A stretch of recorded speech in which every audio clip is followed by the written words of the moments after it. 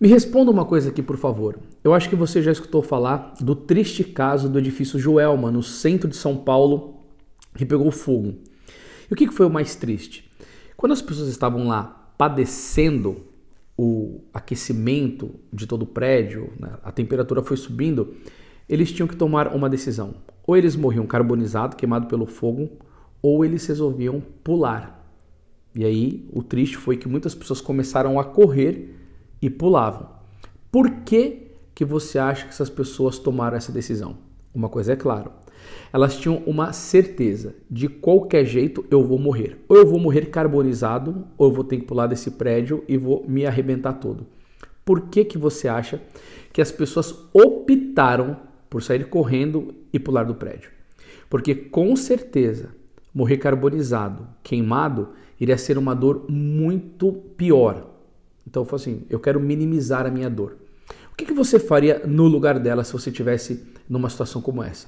Você esperaria ser queimada pelo fogo ou você correria e pularia e num curto tempo você iria bater no chão e iria morrer? Agora, eu quero fazer com você uma outra meditação. Eu quero meditar com vocês aqui agora sobre a questão do fogo do purgatório. E o que eu quero dizer para vocês? Abalizados teólogos, homens de vida espiritual, de santidade, de inteligência iluminado pela graça, diziam: o fogo do purgatório é 1000 vezes pior que o fogo da terra. São Gregório Magno, ele vai falar assim, ó, as penas do purgatório são passageiras, elas não são eternas, mas creio que são mais terríveis e insuportáveis que todos os males desta vida. O padre Frederick William Faber vai dizer que é pior que todos os martírios.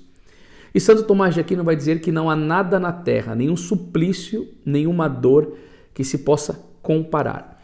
Agora, as pessoas estão diante do fogo e correm para evitar aquela dor. Por que será que as pessoas não correm do pecado para evitar ou o fogo do inferno ou o fogo do purgatório? Eu vou falar aqui para vocês o que está acontecendo. O padre, que é um grande santo, ele chama São Pedro Julião Eymard, ele vai usar aquela passagem de São Paulo, no Romanos capítulo 10, verso 17, que ele vai dizer assim, ó, logo a fé provém da pregação, e a pregação se exerce em razão da palavra de Cristo. E sobre a questão do Santíssimo Sacramento não ser tão amado como ele merece, ele vai dizer, é porque se prega pouco sobre isso. E as pessoas não tomam amor, porque quanto mais você fala, o que Santo Agostinho vai nos ensinar? Eu acho maravilhoso, nós só amamos aquilo que conhecemos. Como as pessoas não explicam sobre o purgatório, sobre a realidade do pecado, elas não têm essa questão. Você vê, por exemplo, a Sagrada Escritura dizendo, foge do pecado como se foge de uma serpente. 2 Timóteo 2,22, foge das paixões da mocidade. E tantas outras passagens bíblicas que nos orientam para isso. Por quê? Porque o próprio São Boaventura, que também é um doutor da igreja, ele vai dizer assim, ó, o fogo do purgatório é um fogo material que atormenta a alma dos justos que não fizeram penitência neste mundo. Ele vai falar fogo, esta palavra nos faz tremer. Ou seja, os santos, diante de uma opção de pecado, porque eles estudavam sobre o purgatório, porque eles entendiam o purgatório, porque se pregava sobre isso, diante da opção do pecado, eles entendiam Gálatas capítulo 6, versículo 7. De Deus não se zomba, de Deus não se brinca. Aquilo que o homem plantar, ele vai colher. Mesmo que eu cometer um pecado, que eu me confessar dele, se eu não fizer a devida reparação e a devida penitência, eu hei de sofrer. Agora, olha diante de você uma fogueira e coloca um prazer carnal ali para você. Se você cometer esse prazer, você vai ter que pular nesse fogo. Se tem uma mala com 10 milhões de dólares, fala assim, ó, tudo bem, você vai ter essa mala, mas você vai ter que ir pelo fogo, depois você não vai fazer uma coisa dessa. Ou sei lá, por uma pessoa que tem muito ardores da paixão da carne, mostra uma mulher muito bonita, ou joias, qualquer coisa, a pessoa vai olhar aquele fogo e fala assim, mas pra que vai me valer a pena isso? Mas qual que é o grande problema? As pessoas não acabam não meditando no purgatório. Aquela passagem de Eclesiástico 7,40, em tudo o que fizeres, lembra-te do teu fim, jamais pecarás, não meditam mais nisso. Eu conheço infelizmente, um número grande de sacerdotes, de religiosos, até de diáconos que negam a realidade do purgatório. Você vai numa missa de sétimo dia, não tem nenhum folhetinho orientando para rezar pelas almas dos fiéis defuntos. Não se prega mais sobre essa questão. E aí as pessoas acabam não temendo o pecado, acabam não temendo as consequências do pecado e não sabem o que aguarda elas depois da morte. Aí você olha, por exemplo, para uma vida de uma Santa Catarina de Sena. Ela dizia o quê?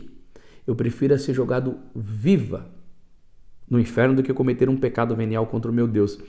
Ela tinha noção real do que é uma ofensa a Deus, porque o maior medo dela não era ser condenada ao fogo do purgatório ou ir ao inferno.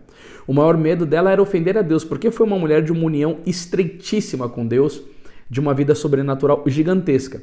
Mas eles também tinham medo da condenação do inferno, eles também tinham medo do fogo do purgatório.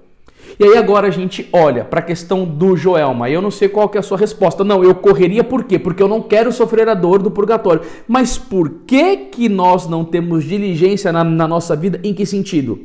Rezar mais, frequentar o Santíssimo Sacramento, abandonar as ocasiões de pecado, buscar meditação na Sagrada Escritura, aumentar a devoção a Nossa Senhora, frequentar mais o sacramento da confissão, examinar qual é o nosso defeito dominante, fazer exame de consciência para ver aquilo que está cada vez mais nos levando à prática do pecado.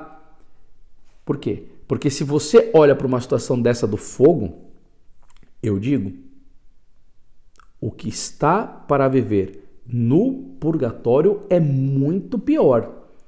E se nós desejamos evitar esses sofrimentos nas nossas vidas, o que eu posso fazer?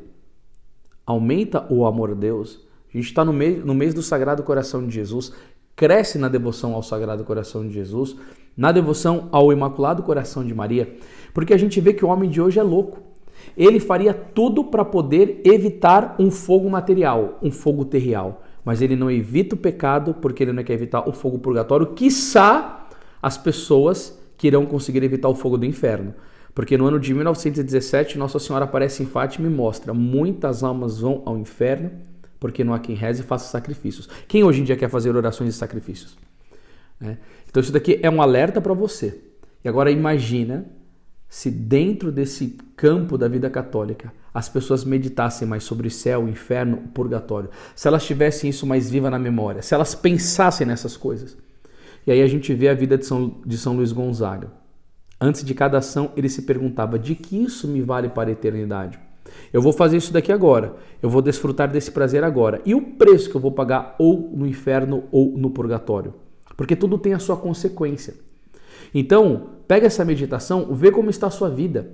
Medita agora, se você morrer, se você pagou os débitos, se você fez devida penitência pelos seus pecados, se você fez uma devida reparação.